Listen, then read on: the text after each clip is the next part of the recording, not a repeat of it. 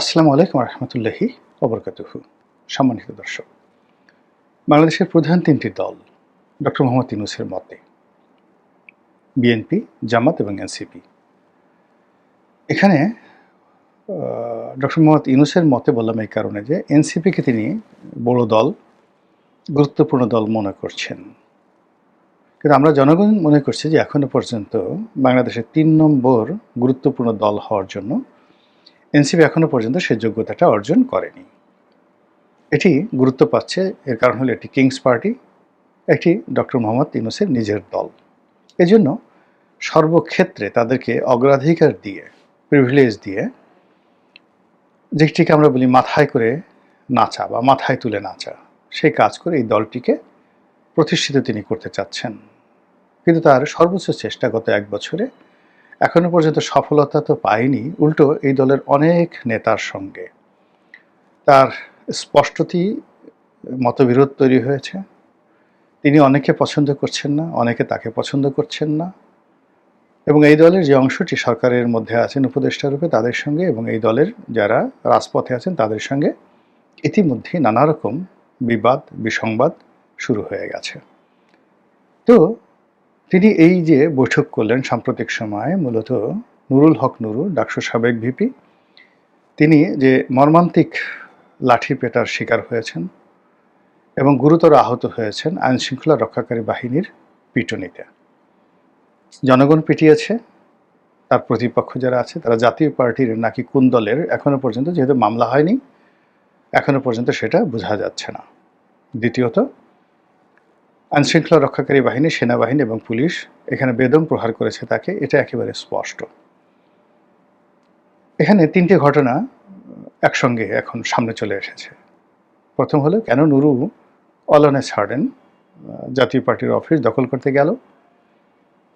২ নম্বর হলো যে তিনি গেছেন, এটা ইচ্ছে করলে পুলিশ বা সেনাবাহিনী তাকে ফেরাতে পারতেন, এবং সেখানে এরকম একটা পরিবেশ পরিস্থিতিকে লাঠি চার্জের পর্যায়ে না নিয়ে পুলিশের হাতে জল কামান, তারপর সাউন্ড গ্রেনেড, টিয়ার শেল ইত্যাদি যা কিছু ছিল, এগুলো যদি প্রয়োগ করা হতো তাহলে লাঠি চার্জের হয়তো দরকার হতো না। এবং এখানে একটা জিনিস লক্ষ্য করলাম যে এনসিপির যারা শীর্ষ নেতৃবৃন্দ রয়েছেন তারা এই কাজে খুব ভয় পাচ্ছেন। ভয় পাচ্ছেন এই কারণে যে ওখানে যদি পাইকারি হারে লাঠিচার্জ করা হতো তাহলে গণ অধিকার পরিষদের আরও অনেক নেতা কর্মী আহত হতেন। কিন্তু অবাক করার ব্যাপার হলো যে এখানে টার্গেট করে নুরুকে পেটানো হয়েছে। এমনকি রাশেদ আহত হয়েছে খুব হালকা, কিন্তু যদি পাইকারি হারে পেটানো হতো তাহলে নুরুর মতো রাশেদও কিন্তু ওই দলের যে সাধারণ সম্পাদক তাকেও হাসপাতালে যেতে হতো। তাহলে এই সময়টিতে নুরু কেন গেল, আর দ্বিতীয়ত হলো নুরুকে কেন টার্গেট করে এভাবে পেটানো হলো? This is first question. Second যে কোশ্চেন সেটি হলো, এই সময়টিতে এই ঘটনা ঘটার পর নুরুর প্রতি যে সিম্প্যাথি অ্যান্ড এমপ্যাথি, এটা একটা বিস্ময়কর। এই ঘটনায় সমস্ত রাজনৈতিক দলগুলো রীতিমতো পুলিশ সম্পর্কে এবং সেনাবাহিনী সম্পর্কে তাদের মধ্যে একটা ভীতিকর অবস্থা তৈরি হয়ে গেছে। বিএনপি ভয় পেয়েছে, জামাত ভয় পেয়েছে, সকল রাজনৈতিক দল ভয় পেয়েছে এবং তারা বলেই ফেলেছে যে এরপর কাদের পালা, এরপর তো আমাদের পালা। এর ফলে সবাই দলে দলে, মানে এখন নুরু মার খাওয়ার আগে যে অবস্থা ছিল, এখন তার গুরুত্ব, তার ওজন এবং তার আকৃতি বিস্তার রাজনীতিতে তার চেয়ে ১০০০ গুণ বেড়ে গেছে। ফলে বিএনপির শীর্ষ নেতারা থেকে শুরু করে সবাই যেভাবে নুরুকে সমবেদনা জানানোর জন্য ঝাঁপিয়ে পড়েছে, এরকম নিকট অতীত তো দূরের কথা, সুদূর অতীতে এত আগ্রহ কোনো আহত নেতাকে ঘিরে দেখা যায়নি। স্বয়ং বেগম জিয়া নিজে অসুস্থ, তিনি প্রতিনিধি পাঠিয়েছেন, স্বয়ং প্রধান উপদেষ্টা তার সঙ্গে টেলিফোনে কথা বলেছেন, উপদেষ্টা আসিফ নজরুল জীবনের ঝুঁকি নিয়ে তিনি হাসপাতালে গিয়েছেন, বিএনপি এবং অন্যান্য দলের যত শীর্ষ নেতা রয়েছেন সবাই গিয়েছেন। এটা বাংলাদেশে একটা অস্থিরতা তৈরি করেছে এবং এই ঘটনার পর দেখা গেল তার পরের দিন নুরুর দল বা তার যারা লোকজন জামাতের সাহায্য নিচ্ছেন কিনা আমি বলতে পারবো না, তবে জাতীয় পার্টির অফিস পুড়িয়ে ছারখার করে দেওয়া হয়েছে, একটা টু শব্দ সেখানে হয়নি। এরপর যেটা হলো, চট্টগ্রাম বিশ্ববিদ্যালয় এবং ময়মনসিংহ কৃষি বিশ্ববিদ্যালয়ে যে ছাত্র আন্দোলন, ছাত্র বিপ্লব হলো, সেখানে ব্যাপক ক্ষয়ক্ষতি এবং সেই ক্ষয়ক্ষতির মুখে কৃষি বিশ্ববিদ্যালয় বন্ধ করে সেখানকার ছাত্রছাত্রীদেরকে হল ত্যাগ করার নির্দেশ দেওয়া হয়েছে।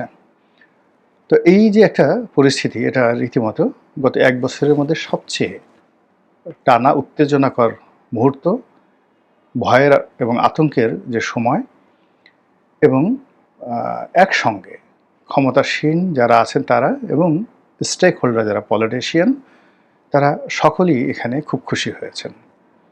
আর এখানে দূর থেকে যদি কেউ না, এখানে সবাই ভয় পেয়েছেন যারা ক্ষমতাসীন আছেন তারা। আর দূর থেকে যদি কেউ খুশি হয়ে থাকেন, সেটা আওয়ামী লীগ, শেখ হাসিনা এবং নরেন্দ্র মোদী এবং ভারত খুশি হয়েছে। এর বাইরে সেনাবাহিনী, পুলিশ, মানে এই পুরো ঘটনায় সবাই খুব ফ্রাস্ট্রেটেড। গত 1 বছরে এরকম অসংখ্য ঘটনা ঘটেছে, এগুলো সবই ছিল ছোট ছোট, এবং এটা পুরো জাতিকে এবার যে ভয়টা দেখিয়েছে, এরকম ভয় আসলে ইতিপূর্বে দেখানো সম্ভব হয়নি।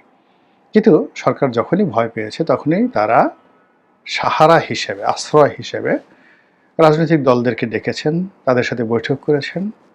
এবারও তার ব্যতিক্রম নয়। এবারও প্রথমে 3টি রাজনৈতিক দলকে ডাকা হলো, এরপরে আরও 7টি রাজনৈতিক দলকে প্রধান উপদেষ্টা ডাকবেন, এরকম আমরা শুনতে পেরেছি। ইতিপূর্বে যে সকল বৈঠক হয়েছে এরকম বিপদের সময়, ভয়ের সময়, মূলত এই পরিবেশ পরিস্থিতিতে ডক্টর মোহাম্মদ ইউনূস মূলত নিঃশ্বাস নেওয়ার চেষ্টা করেছেন। সেই যে দেবদাস সিনেমার যে বিখ্যাত ডায়ালগ, যে দেবদাসকে জিজ্ঞাসা করা হলো, সেই চন্দ্রমুখী, তো চন্দ্রমুখী তাকে জিজ্ঞাসা করছে, তুমি এত মদ খাও কেন,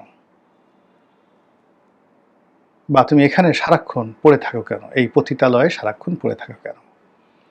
অসাধারণ সে ডায়ালগ দিলীপ কুমার যেভাবে ফুটিয়ে তুলেছেন হিন্দিতে, যার বাংলা হলো যে কোন অবুঝ কামবাক্ত যে নিজের স্মৃতিকে ভুলে থাকার জন্য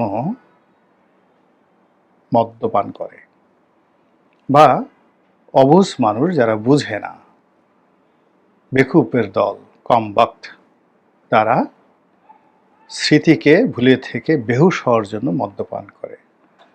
কিন্তু আমি তো আসলে বেহুশ হওয়ার জন্য, স্মৃতিকে ভুলে থাকার জন্য নয়, আমি শ্বাস নেওয়ার জন্য। তিনি আবার হা করে দেখাচ্ছেন, আমি তো শ্বাস নেওয়ার জন্য মদ্যপান করি। বিখ্যাত ডায়ালগ। শাহরুখ খান 100 বার চেষ্টা করেছেন ওই দৃশ্যটিতে অভিনয় করার জন্য, কিন্তু শেষমেশ ধারে কাছে যেতে পারেননি। আপনারা দিলীপ কুমার এবং বৈজয়ন্তীবালা এবং সুচিত্রা সেনের যে সেই দেবদাস, দয়া করে দেখে নেবেন যে অভিনয় কাকে বলে, ডায়ালগ কাকে বলে। তারপরে তিনি বললেন যে আমি তো এখানে পড়ে থাকি, কারণ হলো এখান থেকে উঠে যাওয়ার মতো, দাঁড়ানোর মতো আমার শক্তি নেই, এখান থেকে দাঁড়ানোর মতো শক্তি নেই, এই জন্য আমি এখানেই পড়ে থাকি। তো এখন এই যে রাজনৈতিক দলগুলোর যে সাথে যে বৈঠক, এটা অন্য কোনো কারণে নয়। ডক্টর মোহাম্মদ ইউনূস নিঃশ্বাস নিতে চান প্রাণ ভরে, এবং তিনি সেটা বলেছেন যে রাজনৈতিক দলগুলোর সঙ্গে কথাবার্তা বললে, আপনাদের সঙ্গে কথাবার্তা বলে আমি বিশ্বাস ফিরে পাই, আস্থা ফিরে পাই, সাহস পাই কাজ করার। এনিওয়ে, এইবার তিনি এই 3টি দলের সঙ্গে বৈঠক করেছেন, বাকি 7টি দলের সঙ্গে বৈঠক করবেন। কিন্তু বিপত্তি হলো, ইতিপূর্বে তিনি যেভাবে শ্বাস নিতে পেরেছেন, সাহস সঞ্চয় করতে পেরেছেন, আশার বাণী শুনেছেন রাজনৈতিক দলগুলোর কাছ থেকে, এবং আনকন্ডিশনালি রাজনৈতিক দলগুলো তাকে সাহায্যের হাত বাড়িয়েছে, এবার ব্যতিক্রম। বিএনপির পক্ষ থেকে কোনো ভালো কথা শোনাও হয় নাই, বলাও হয় নাই, এবং আমি যতটুকু বডি ল্যাঙ্গুয়েজ দেখেছি, ইট ওয়াজ জাস্ট ফর্মাল মিটিং, একেবারে একটা ফর্মাল মিটিং। এখানে বরং এই বৈঠকের ফলে বিএনপির মধ্যেও হতাশা তৈরি হয়েছে, আর যাকে বলা হয় ডক্টর মোহাম্মদ ইউনূসের মধ্যেও হতাশা তৈরি হয়েছে। ডক্টর মোহাম্মদ ইউনূসের এই বৈঠকের পরে, এখানে তো নির্বাচন নিয়ে বৈঠক নয়, বৈঠকটা হলো এই সার্বিক অস্থিরতা নিয়ে, বেকারার যে অবস্থা সেটা নিয়ে। তো সেই বিষয়ে কোনো আলোচনা হয়নি, জাতীয় পার্টি নিয়ে কোনো আলোচনা হয়নি। তাহলে কি নিয়ে আলোচনা হয়েছে, এটাও কেউ বলেননি। বিএনপির কয়েকজন নেতা বলার চেষ্টা করেছেন যে দুনিয়া উল্টে গেল, কেয়ামত হয়ে গেল, জাস্ট এরকম কথাবার্তা, সিউরিটি অ্যান্ড সার্টেনিটি বোঝানোর জন্য আমি শব্দটা ব্যবহার করি প্রায়। নির্বাচন ডিসেম্বরের মধ্যে হবে। আর ডক্টর মোহাম্মদ ইউনূসের যিনি মুখপাত্র রয়েছেন তিনি বলেছেন যে পৃথিবীর কোনো শক্তি নাই, মানে বাংলাদেশ তো দূরের কথা, তিনি সারা পৃথিবীকে চ্যালেঞ্জ জানিয়েছেন পৃথিবীর কোনো শক্তি নাই যে শক্তি জাতীয় পার্টির অফিসে সামনে দাঁড়িয়ে জাতীয় পার্টির অফিস রক্ষা করতে পারে নাই, সেই কোনো শক্তি নেই যে শক্তি এই নির্বাচন থেকে সরকারকে বিরত রাখতে পারে বা নির্বাচনকে ভণ্ডুল এবং বানচাল করতে পারে। বুঝেন কত সুন্দর চমৎকার কথা। তো আমরা যেখানে একটা শক্তি দিয়ে আমরা পৃথিবীর আমেরিকাকে চ্যালেঞ্জ জানাচ্ছি, পৃথিবীর কোনো শক্তি নাই, ভারতকে চ্যালেঞ্জ জানাচ্ছি, চীনকে চ্যালেঞ্জ জানাচ্ছি, পরাশক্তিকে চ্যালেঞ্জ জানাচ্ছি, দেশের সেনাবাহিনী থেকে শুরু করে সমস্ত রাজনৈতিক দল, বিএনপিকে চ্যালেঞ্জ জানাচ্ছি, আওয়ামী লীগকে চ্যালেঞ্জ জানাচ্ছি, জাতীয় পার্টি জামাতকে চ্যালেঞ্জ জানাচ্ছি, কারো বাবার সাধ্য নেই নির্বাচন বানচাল করার। অথচ যে শক্তির বলে, লড়াইয়ের বলে আমরা এই হুমকি দিচ্ছি পুলিশ এবং মিলিটারির উপর ভিত্তি করে, তারা জাতীয় পার্টির মতো একটা ক্ষুদ্র অফিস মাত্র 100-150 মবকারী বা যারা এই অফিস পোড়াতে চায় তারা, যারা বিক্ষোভকারী তারা, তাদের মধ্যে দেয়াল হয়ে দাঁড়াতে পারেননি।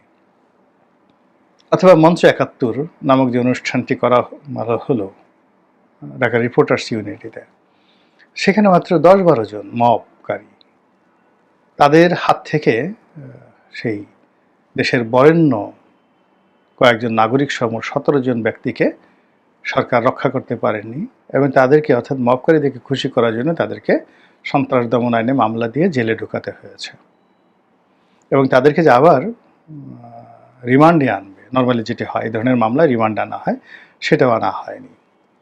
বীর মুক্তিযোদ্ধা ফজলুর রহমান, তার বাসার সামনে 6-7 জন তরুণ তরুণী 2 দিন ধরে যে মব তৈরি করলো, দেশের বিশাল সেনাবাহিনী দাঁড়িয়ে দাঁড়িয়ে দেখলো, মানে চেয়ে দেখলাম তুমি চলে গেলে, তো ওইরকম। তো সেখানে সেই শক্তির উপর বড়াই করে যখন কেউ হুমকি দেয়, ধামকি দেয়, তখন সেটা কতটা হাস্যকর হয়ে পড়ে, একথা বলতে আসলে আমার খুব শরম লাগছে। আমি যেটা বলতে চাই যে আসলে সম্পর্কটা এরকম, যেটা পলিটিক্যালি যারা লোকজন আছে তারা সবসময় সম্পর্কটা বজায় রাখে। আপনি বিপদে পড়বেন আর আমাকে ডাকবেন, আর আমি প্রতিবার গিয়ে আপনাকে সান্ত্বনা দিয়ে আসবো, আমার তো দায় থেকে নেই। আমাদের এই সমাজে মানুষ খুব বেশি কিছু চায় না। আপনি ধরুন আমার সঙ্গে আপনার একটা ভালো সম্পর্ক আছে, আমি একটা মন্ত্রী হলাম, আপনাকে ডাকলাম, ভাই আসেন, আমি তো মন্ত্রী হয়েছি, 1 কাপ চা খেয়ে যান, কখনো কোনো প্রয়োজন হলে আসবেন, আমার দরজা সবসময় আপনার জন্য খোলা। এতটুকু তো আপনি আমার কাছে আশা করেন। অথবা আপনি যদি মন্ত্রী হন, ভবিষ্যতে প্রধানমন্ত্রী হন, এতটুকু আশা করি, এর বেশি মানুষ আশা করে না। তো কাজেই এই যে রাষ্ট্র ক্ষমতায় যারা বসেন, ক্ষমতার চেয়ারে বসেন, এই চেয়ারটা এত টলটল করে কাঁপে যে মানুষগুলো এই রাষ্ট্র ক্ষমতা পাওয়ার আগে বিশ্বাস করেন আমার মতো ক্ষুদ্র একজন মানুষের সাথে একটা টেলিফোন করে এসে বলবে যে ভাই, বন্ধু বা শুভানুদ্দাহী, আপনার অফিসে একটু চা খেতে আসবো, এখনই আমার আসতে হবে, অথবা আপনি আমার বাসায় আসেন, অফিসে আসেন। এই রকম সাহস যাদের ছিল না, সেই মানুষগুলো একটা চেয়ারে বসার সঙ্গে সঙ্গে এমন একটা ভাব, আমি বা আমার মতো কোনো লোককে তারা কোনো জমানাতে চিনত, অথবা এই ধরনের কোনো একটা মানুষের সঙ্গে তার কোনো রকম প্রয়োজন থাকতে পারে, কথা বলার দরকার হতে পারে, এই পুরো জিনিসটাই তারা বেমালুম ভুলে গেছেন। ফলে তাদের অনেক শুভানুধ্যায়ী আপনজন যারা তাদেরকে গত 15 বছর ধরে নানাভাবে আশ্রয় দিয়েছে, প্রশ্রয় দিয়েছে, তাদেরকে প্রমোট করেছে, তারা এই আপনজনদের তুচ্ছ এবং তাচ্ছিল্য এবং আপনজনদের যে সমালোচনার মুখোমুখি হয়েছে, যেটা তারা মোকাবেলা করতে পারছে না। আর রাজনৈতিক দলগুলোর সঙ্গে তো তাদের কোনো সম্পর্কই ছিল না, আমি সিভিল সোসাইটির কথা বললাম। তো সেই রাজনৈতিক দলদেরকে যারা একাধিকবার ক্ষমতায় এসেছেন, জাতীয় পার্টি বলেন, জামাত বলেন, বিএনপি, আওয়ামী লীগ, এরা তো বছরের পর বছর স্বাধীনতার পরে সেই লাস্ট 58 ইয়ার্স বা 56 ইয়ার্স, 56 বছর ধরে, 54 বছর ধরে বা 55 বছর ধরে, বারবার ভুল হয়ে যাচ্ছে হিসাবে, 1971 থেকে 2025, 54 বছর। 54 বছরের মধ্যে এই জামাত বিএনপির সঙ্গে যুগপৎভাবে, জাতীয় পার্টি এককভাবে, আওয়ামী লীগ এককভাবে, বিএনপি এককভাবে, আর জামাতের সঙ্গে একবার যুগপৎভাবে এই রাষ্ট্রটা পরিচালনা করেছেন ৫৪ বছর। আর আপনি মাত্র ১২ মাসে এসে মানে এত অভিজাত হয়ে গেলেন যে এই রাজনৈতিক দলগুলোকে আপনি মনে করছেন যে এরা খেলনার পুতুল, আপনি ডাকলে সেখানে যাবেন আর আপনার কথা মতো তারা লেফট রাইট করবে। এটা হয় না। ফলে যা হবার ধীরে ধীরে ধীরে ধীরে ডক্টর মোহাম্মদ ইউনূস এবং তার যারা লোকজন রয়েছেন তাদের মান সম্মান, তাদের গুরুত্ব রাজনৈতিক দলগুলোর নিকট কমে যাচ্ছে। এখন তারাও চোখ উল্টানি দিচ্ছে, তারাও নানা রকম নেতিবাচক কথাবার্তা বলছে এবং আগে যেভাবে ব্ল্যাঙ্ক চেক দিয়েছিল সেই ব্ল্যাঙ্ক চেক কিন্তু এখন আর তারা দিচ্ছে না।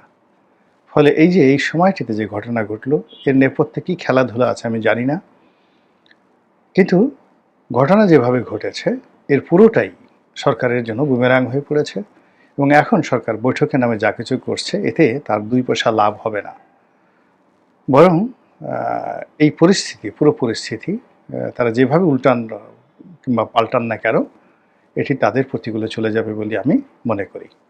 মহান আল্লাহ আমাদের সবাইকে হেদায়েত দান করুন এবং হেফাজত করুন। আসসালামু আলাইকুম ওয়া রাহমাতুল্লাহি ওয়া বারাকাতুহু।